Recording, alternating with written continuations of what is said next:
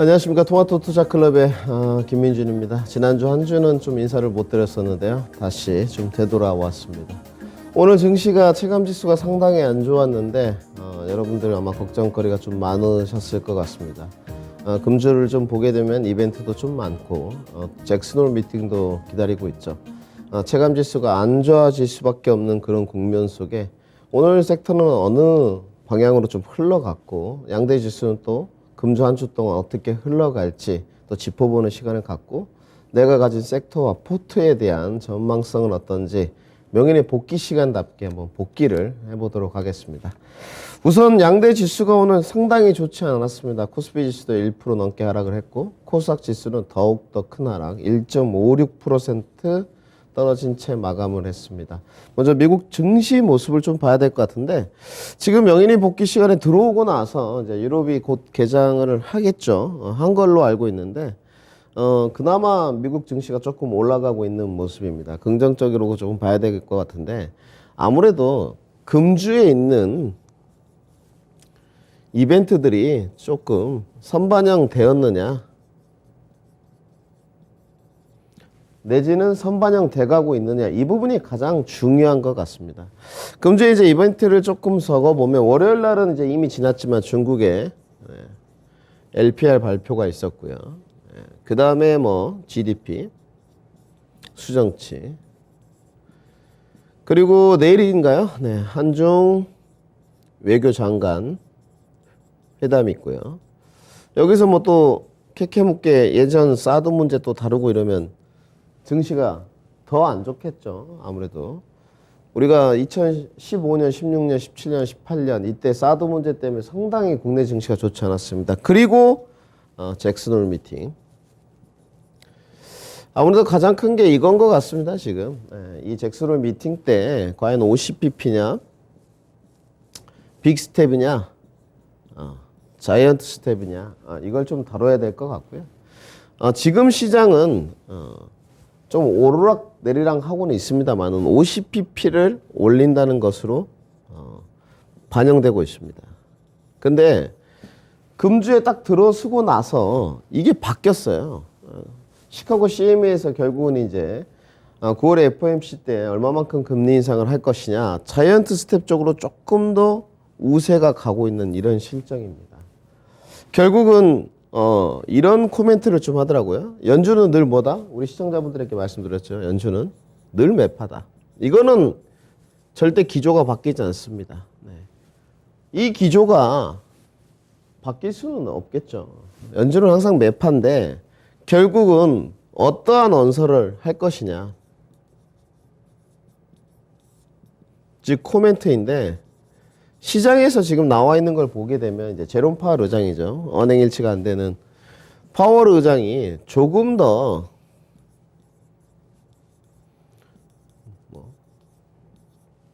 매파적인 이야기를 할 것이다.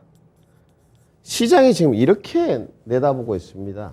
기존의 매파적인 것보다 조금 더 매파적인 이야기를 할 것이고 인플레이션을 잡기 위해서 50bp보다는 75bp 조금 더 자이언트 스텝으로 가지 않겠느냐. 금주부터 좀 역전 현상이 일어났거든요. 그 전까지는 50bp가 66% 정도로 9월에 금리 인상을 할 것이라는 것이 조금 더 우세했습니다. 그러다 보니까 시장에서 뭐 나스닥 차트도 11,000포인트까지 떨어졌던 것이 계단식 상승을 하면서 올라왔고 통화 정책으로는 뭔가 해결될 수 있는 게 없다. 늘 이렇게 말씀드렸습니다. 그렇기 때문에 어디로 간다? 재정정책으로 선회를 했고 결국은 중간선거가 있기 때문에 또 어떻습니까? 조 바이든은 이 재정정책을 서둘러야 했죠. 굉장히 서둘러야 했고 성공했습니다. 뭐 반도체라든지 신재생 법안 관련된 것들이 기후 법안 관련된 것들이 통과가 된 상태예요. 당연히 이제 하원 쪽은 민주당이 장악을 하고 있기 때문에 무난하게 통과됐고 조 바이든이 서명까지 했습니다. 그러면서 바람을 타고 있는데 이제 이 추세가 눌림목의 추세냐 잭슨홀을 앞둔 이게 이제 관전 포인트겠죠. 금주 한 주를 견디면 위로 갈 수 있습니까? 이게 가장 중요한 포인트인 것 같은데 지금 현재로서는 저는 위로 갈 수 있다고 보고 있습니다. 그런데 이제 결국은 잭슨홀 미팅 때 이 코멘트인 것 같아요. 이 부분은 저도 알 수가 없습니다. 정말로 돈 넣은데 뭐 사람 속내를 알 수가 있습니까? 특히나 제롬 파월 같이 이렇게 세계 경제 대통령인데도 불구하고 언사를 쉽게 좀 바꾼다는 것 자체가 주식시장에 굉장히 좀 악재이죠. 이랬다 저랬다. 중심축을 잡아줘야 되는 인물과 위치에 있음에도 불구하고 말을 잘 바꾸기 때문에 잭슨홀 미팅에서 조금 더 보수적인 이야기가 나온다면 지수는 조금 더 횡보나 아래로 좀 더 조절받을 가능성이 있고요. 그래도 재료가 소멸된 후라면 단기 반등세는 다시 한번 써진다고 보고 있습니다. 왜냐하면 경기 침체 국면으로 들어간다는 것을 미국 시장에서는 좀 부정하고 있고 우리는 좀 다르죠. 저 또한 경기 침체 국면은 다가오고 있다고 보고 있습니다. 그런데 그 전에 단기 반등세는 분명히 나오고 있다고 보고 있고 나올 수 있다고 생각하고 있습니다. 국내 시장으로 좀 돌아와 보겠습니다. 우리 국내 시장의 코스피 지수 차트 모습도 거의 유사해요. 2276포인트까지 찍었던 코스피 지수가 잘 오다가 드디어 미국 증시와의 또 떨어질 때는 기가 막히게 커플링이 되는 안타까운 현상이죠. 커플링이 되면서 다시 한번 반등세에 쓸 수 있을 것이냐.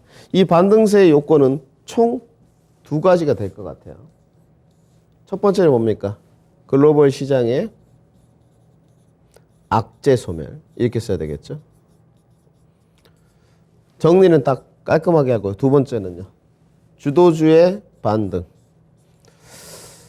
오늘 자동차는 나쁘지 않았습니다. 수급을 보게 되면 상위 20위권 안에 자동차 그룹주들은 포함이 돼 있었어요. 주가 반등과는 다르게. 단지 이 주도주 중에서 이제 좀 번외로 하나 더 빼보면 리더 부재. 이게 지금 해결이 되었는데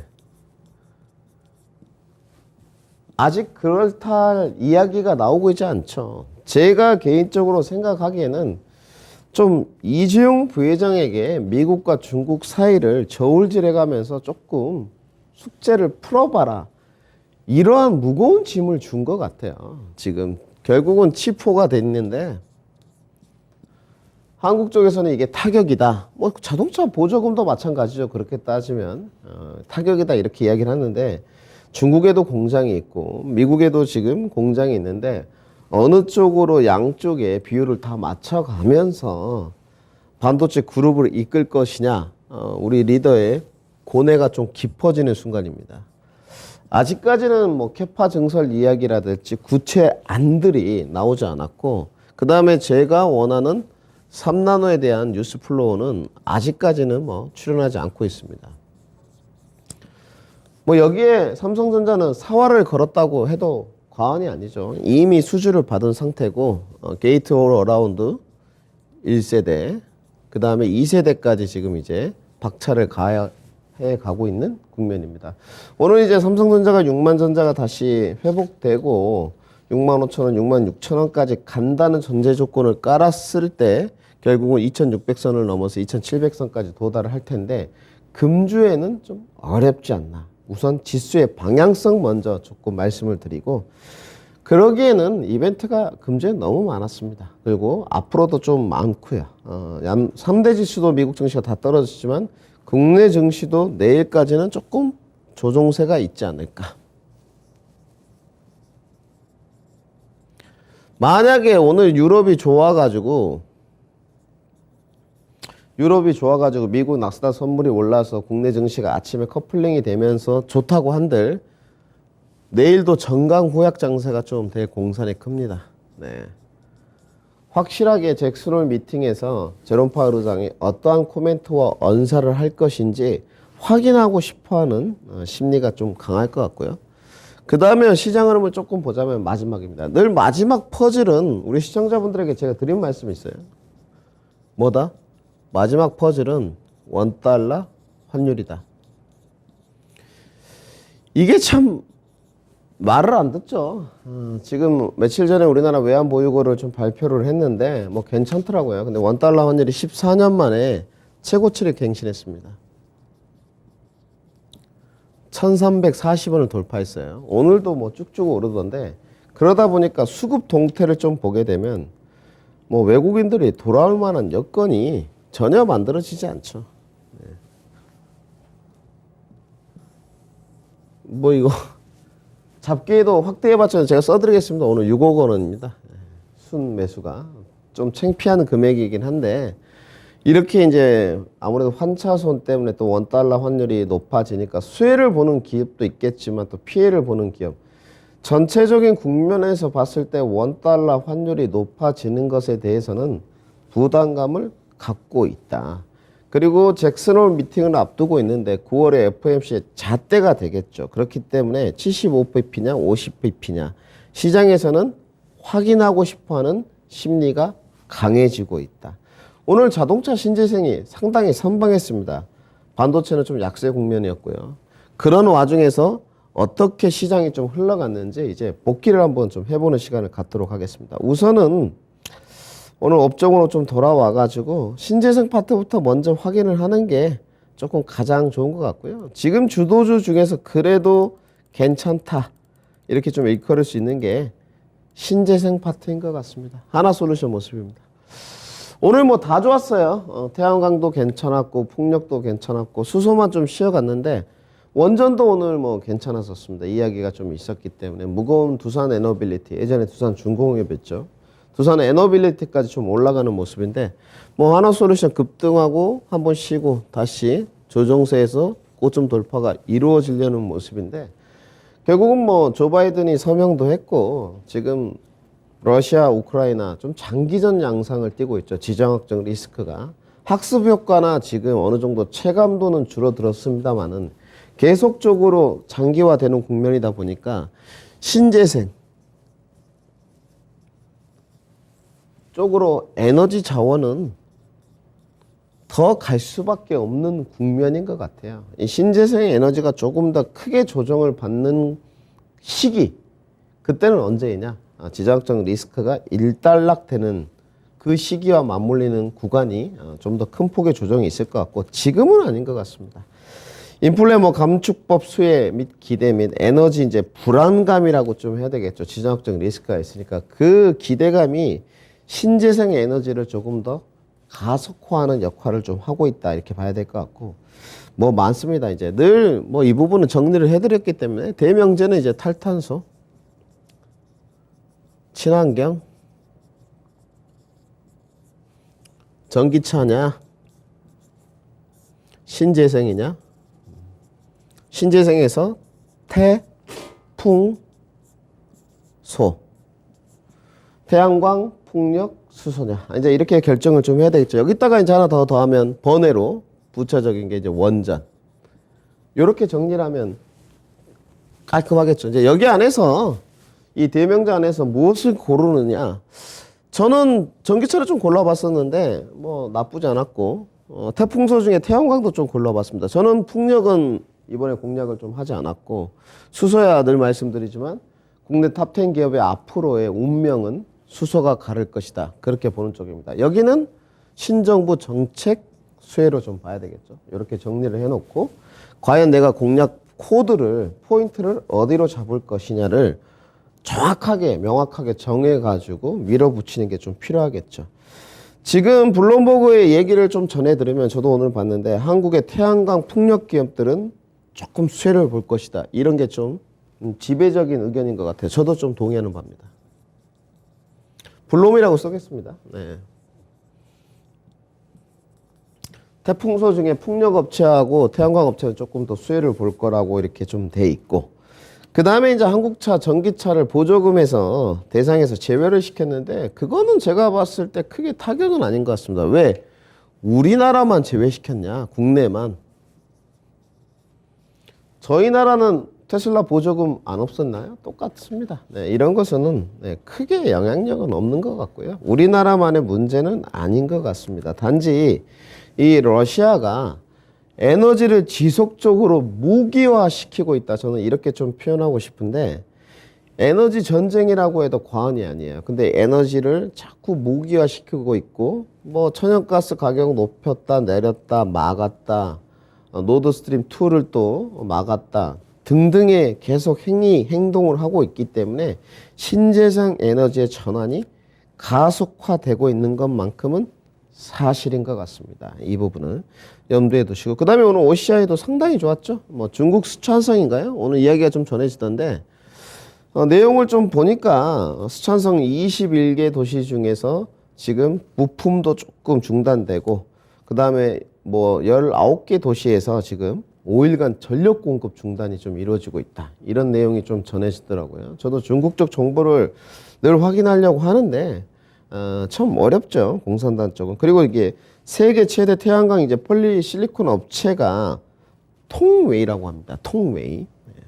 좀 써드릴게요. 중국스러운 이름인데 통웨이인데, 그 다음에 세계 최대 태양광 모듈 업체가 진코솔라입니다. 진코솔라. 여기가 뭐 통웨이, 진코솔라 이런 거는 뭐 중요한 게 아니고 가동 중단. 이게 가장 중요한 거겠죠. 그러면 가동 중단이 언제까지 될 것이냐?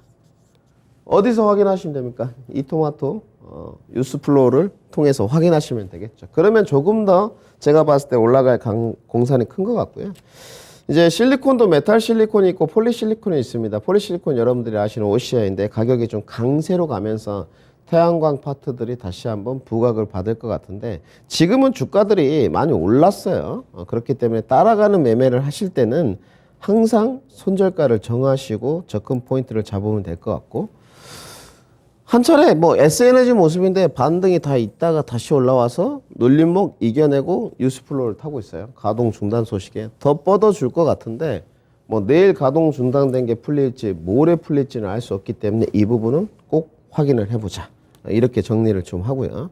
신재생 파트는 앞으로도 계속적으로 주목을 받을 수밖에 없을 것 같습니다. 저는 아까 말씀드렸듯이 태양광 공략을 좀 해봤고, 수소는 뭐 장기 투자를 좀 하고 있는 입장이고, 그 다음에 전기차는 계속적으로 흐름이 좋지 않겠느냐.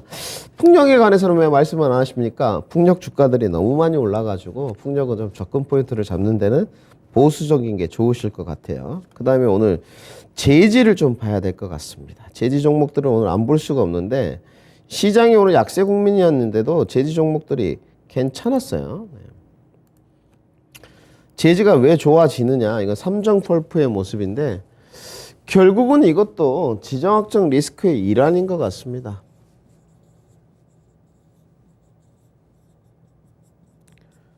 결국은 펄프 가격이 톤당 얼마냐, 이게 가장 중요한데, 와, 정말 높은 수준이라더라고요. 이제 나무에서 이제 종이를 갖고 오는 게 재지지 않습니까? 미국에 이제 남부산 혼합 펄프 화력수라는 게 있는데, 이 톤당 가격이 1,030달러까지 올라왔습니다. 지난번에 이제 1,010달러였는데 계속 올라가고 있어요, 펄프 가격이. 그러다 보니까 펄프 가격이 오른다. 그럼 어떻게 되겠습니까? 골판지, 제이지 계속적으로 지정학적 리스크 장기전 양상되면서 물류비 부담이 가중되고 펄프와 고지 가격까지 올라가는 악순환. 이게 이제 문제겠죠. 요런 경제 시스템으로 가게 되면 펄프 가격이 오른다. 고지 가격, 물류비 증가. 요런 이제 악순환으로 가게 되면 가장 경제의 흐름이 좋지 않은 형태입니다. 그런데 주가는 이제 재지 종목들이 조명을 받는 이런 좀 역설적인 현상이 생기는 것이죠. 오늘은 삼성펄프가 가장 괜찮았던 것 같고요. 무림 SP도 윗꼬리가 좀 달렸고, 그러니까 지난번에도 한번 말씀드렸지만 이건 페이퍼 코리아 모습까지 좀 보시죠. 자리를 보게 되면 지금 화살표를 뭐 그어놨는데 급등으로 갈 것 같은 양상이에요. 그런데 제가 봤을 때 조금 더 조명을 받을 것 같습니다. 문제는 재지를 바라보는 우리 시장의 시선. 재지 종목들이 상당히 영업이익률 좋습니다. 좋은데 이 재지를 바라보는 시장의 시선이 손을 좀 머뭇거리게 만들죠. 기술적인 모습이야 지금 상당히 좋습니다. 그죠? 급등 나오고 오랜 시간 가격 조정, 기간 조정, 지금 국제 펄프 가격 상승. 언제까지 이어질까? 도전해 볼 만한 위치인데 수급과 매기가 오지 않으면 좀 힘들죠. 이 부분은 조금 신경을 쓰시는 게 맞을 것 같고요. 저는 뭐 지금은 예전에는 보수적인 관점이라고 했는데 지금도 보수적인 거는 바뀐 게 없습니다. 단지 매매 관점으로 조금 접근 포인트를 가져보는 것은 제가 봤을 때 가능하다. 단지 이제 매매니까 분명히 필수적으로 손절은 채우고 하셔야 되겠죠. 제지 종목에 관해서 나는 장기 투자를 하지 않겠다라는 생각을 갖고 계신다면. 그리고 이제 마지막으로 자동차입니다. 그래도 주도주 중에 오늘 자동차가 그나마 가장 낫지 않나라는 생각을 좀 들게 만들더라고요. 오늘 이제 현대차 모습인데 글쎄요, 이제 국내산 전기차에 대해서 보조금 이 부분이 결국은 발목을 잡았었는데 아까 말씀드렸듯이 국내만의 문제는 아니다. 정확하게 좀 말씀을 드리고 정확하게 지수 하락에 따른 놀림목이고요. 다시 한번 이제 반등을 준비할 만한 모멘텀이나 요소가 있느냐 이게 중요하겠죠. 물론 북미 지역 점유율도 중요하겠지만 가능하다고 보고 있습니다. 아이오닉 지금 6인데 사전 계약 첫날 역대 최대 기록 달성했습니다. 약 37,000대. 잘 팔리는 것 같아요. 일단 인식이 좋아가지고 테슬라에서도 확실히 조금 더 긴장감을 갖고 있기 때문에 단지 자동차 그룹주에 대한 후발주자 퍼포먼스가 훨씬 컸습니다. 그전에도 말씀을 드렸지만 화신이라든지 센트럴 모텍 이런 주가들이 좋았는데 오늘은 드디어 아모그린텍의 주가가 좋았습니다. 장중에 이제 11%까지 올랐다가 종가 마감도 7.8%에 됐거든요. 전일 전고점을 좀 보시게 되면 14,500원인데 오늘 14,300원까지 올랐어요. 저는 쭉 내려올 줄 알았는데 역시나 이제 아모그린텍 같은 것도 FPCB가 주 매출이었는데 지금은 고가 브랜드인 늘 말씀드린 고효율 자성 소재 이 부분이 조금 이제 매출을 차지하면서 평가가 후해지는 것 같습니다. 제가 봤을 땐 추세를 조금 더 이어갈 것 같고요. 투자나 매매 모두 가능한 종목이지 않나. 그러니까 우리 시청자분들이 결정할 문제는 완성차 업체 주도주들의 저가 매수를 할 것이냐, 후발주자의 퍼포먼스를 노릴 것이냐는 선택의 몫이신 것 같아요. 제가 뭐 옳다 그르다 보다는 성향에 맞게 하셨으면 좋겠고 마지막 명인의 해안입니다. 지금 이제 금주의 흐름이 중요한데 잭슨홀 미팅을 앞두고 나서 이제 관망세가 계속 지속될 예정이에요. 여기에 과연 내가 몸을 좀 담고 피해갈 것이냐 소나기를 아니면 그냥 맞고 조금 더 거시적인 관점을 보고 갈 것이냐 이 부분을 봐야 될 것 같은데 저는 지나가는 소나기는 신경을 안 썼으면 좋겠고요. 금주는 쉬어가는 장세라고 보시면 될 것 같습니다. 원달러 환율도 좀 급등을 하고 있고 달러 인덱스도 고점 돌파를 좀 앞두고 있거든요. 체크 포인트로 좀 가져가시고 잠깐 시간을 내서 10년물 국채를 본다면 10년물 국채도 또 한 번 3%를 넘어가고 있거든요. 10년물 국채가 계속적으로 올라갈 수 있는 그런 여지가 좀 남아 있습니다. 금주 동안은. 그래도 시간이 지나고 금주가 지나면 악재든 호재든 재료는 소멸이다. 그래서 저는 소나기는 신경 쓰지 마라. 이렇게 좀 말씀을 드리고 싶고 그러면 이제 어디에 답이 있냐 늘 말씀드리지만 내가 밀어붙이는 종목에 관해서는 확신을 좀 갖고 언행일치를 하셔야 되겠죠. 늘 말과 행동이 일치되는 주식시장에서도 그래야지만 돈을 벌 수 있습니다. 기회는 어디에 있느냐 자동차 그리고 제약바이오 신재생 요즘에 FPCB, PCB 특히나 PCB 조정 많이 받았습니다. FPCB 아이폰 14 9월 7일 출시 예정입니다. 그리고 엔터까지 관심을 좀 더 보자. 이렇게 정리해드리겠습니다. 늘 성공 투자하시고 다음 주에 더 알찬 내용으로 찾아뵙도록 하겠습니다. 토마토 투자클럽의 김민준이었습니다.